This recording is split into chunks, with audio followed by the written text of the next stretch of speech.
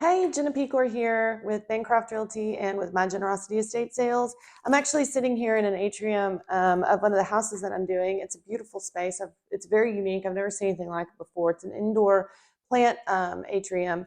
And I wanted to do a quick response to a video that I watched earlier. So I'm going to post just a little bit of a clip and then we're going to talk about it. Hey everyone, Spencer here with SB Mowing, and I have a really special yard for you today. My wife and I drove past this yard and saw that it was crazy overgrown, and we saw that there was a car in the driveway with a person inside of it. So I parked my truck and hopped out to go talk to the person. I was really hoping it was the homeowner, but turns out it was just a neighbor sitting there for a little bit. I'm not sure why he was there, but he said he lived 2 doors down. He did have some information on that property though, which was really helpful. He told me it's currently sitting vacant because the lady that used to live here got put in a nursing home and no one has come by to take care of it. The city ended up boarding up the windows because people kept breaking in and the lawn got out of control. There's also a stake right in the front of the yard with a big blue note that says it was in violation of city ordinance. And there were 3 specific violations. The first one was that the grass was over a certain height. The second one was that the curbs and the sidewalks were completely covered. And the third one was that there was standing trash on the property. Okay, so this is not a story of elder abuse or anything like that. The reason I'm posting this particular clip is because this is about the house itself. And so if any of y'all are interested, this particular channel is, this gentleman goes around, he has tons of yard equipment, and he goes and mows some of the ugliest yards in a neighborhood and does it for free because he gets YouTube clicks out of it. So it supplements his landscaping business by doing it that way. And so it's a really cool channel if you love watching befores and afters, which I do. And he does really, really challenging landscapes and yards, lots of trash, lots of overgrown, grass and things like that. But the focus of this particular video is on the house itself. And as you'll notice in the beginning, he said, he asked one of the neighbors that was sitting out front, does anybody live here? And they say, no, nobody's lived in it for a while because the lady is in the nursing home and her kids are supposed to come by and take care of the house. So this is a story that I heard frequently whenever I was in assisted living. And I knew that there were a lot of people that still retained ownership of their home even after they went into either an assisted living community or into a nursing home. And there's various reasons for that. But what I wanted to focus on today is why it's detrimental to leave a house completely unoccupied without anybody coming to take care of it. So this house in the video, as I'm sure you saw, not the best house in the whole world. It's just a small house. I'm sure she's probably, or whoever is the owner, has lived in it for quite some time. And I'm assuming here, these are just, kind of a conglomeration of stories that I've heard, but she probably lived in it in a long time. It's probably in her mind not worth that much, but she still wanted to retain ownership of it for whatever reason. Now, one of the reasons that I heard frequently, now I did not work at a skilled nursing community. I'd worked at an assisted living community, and there is a difference.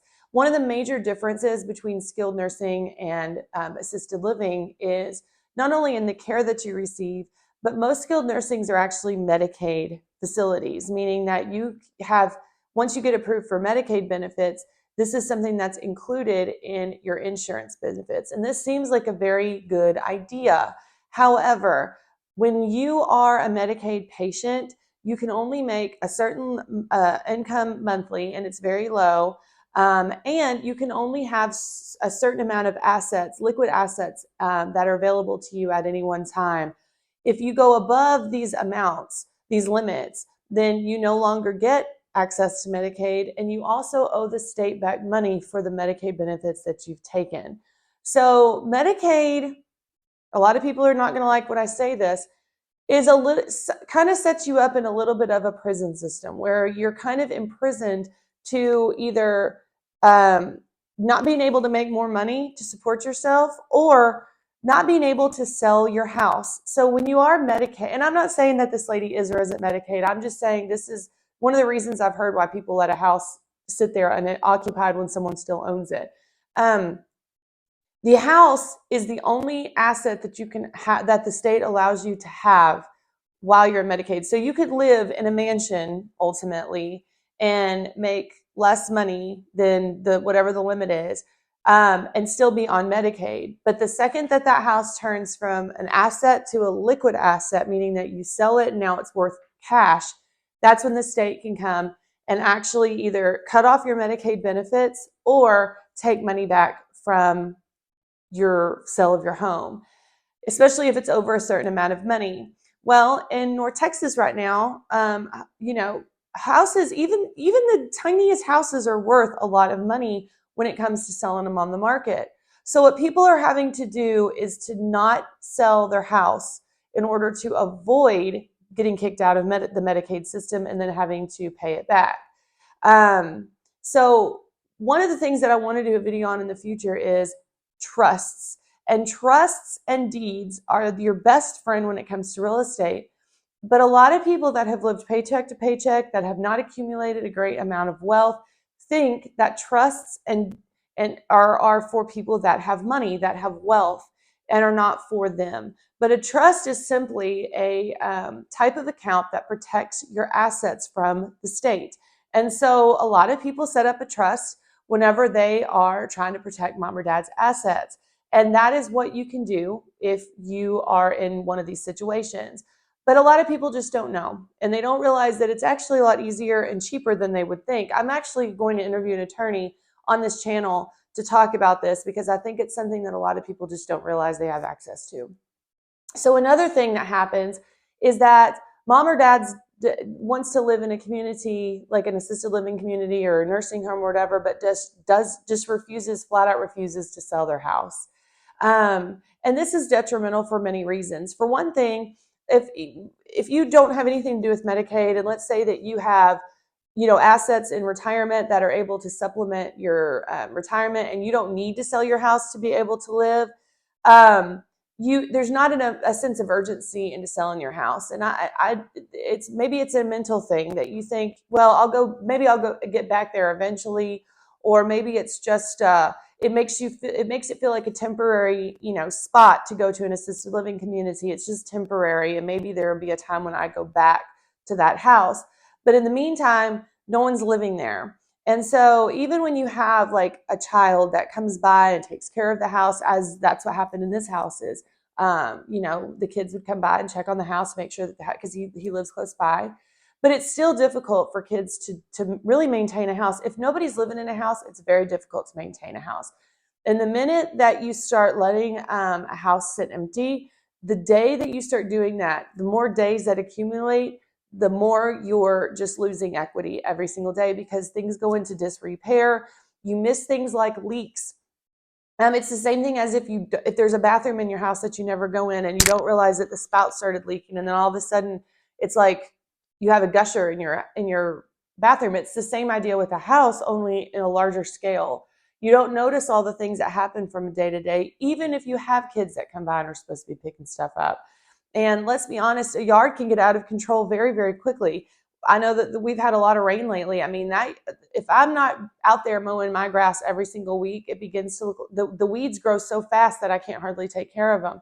So a house really requires someone to be in it, to take care of it. And so what you don't want to do is have a house that starts off at $200,000, we're being worth something like $200,000, and then now there's a plumbing problem that nobody noticed, and now it's caused a flood, and now there's a foundation issue that nobody noticed the crack, and then it got bigger and bigger and bigger, and now there's a huge problem with the foundation.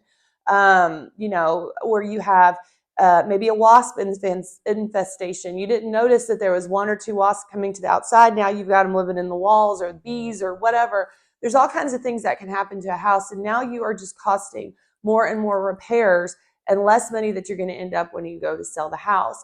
So it's really important that owners of their homes understand that holding on to a home, there's ways around things like Medicaid to protect your assets. There are, and letting go of that home, because what you don't want to do is let a house fall into disrepair, especially for a long period of time, because you're just wasting away all the investment that you've made over a lifetime. And I don't want to see that happen to anybody. So if you are really having a struggle with mom or dad wanting to let go of their house, or you just really had no idea that you could put a house in a trust, even if your mother has no other dime to their name and the only thing that she has is a house, that is still a very large asset. And trusts are designed for her just as much as they're designed for people that have have accrued massive amounts of wealth over their lifetime. So definitely want to help you out. And there's lots of resources available. There's title companies all over the place. There's one in particular that she is fantastic at answering questions about. I'm going to have her on to interview her as well. But let me know if this is something that I can help you with. Again, I'm Jenna Pecor. I'm a realtor, and I'm also the owner of My Generosity Estate Sales. My number is 214-558-4410. And if you're interested in continuing watching that video, I am going to put the link in the description of this YouTube, of this particular video on YouTube, because if you want to see the end result, I'd love for you to see it. It's a really cool channel to watch, especially if you love beginning and ending, befores and afters and things like that. So anyway, have a great day. Talk to you later. Bye.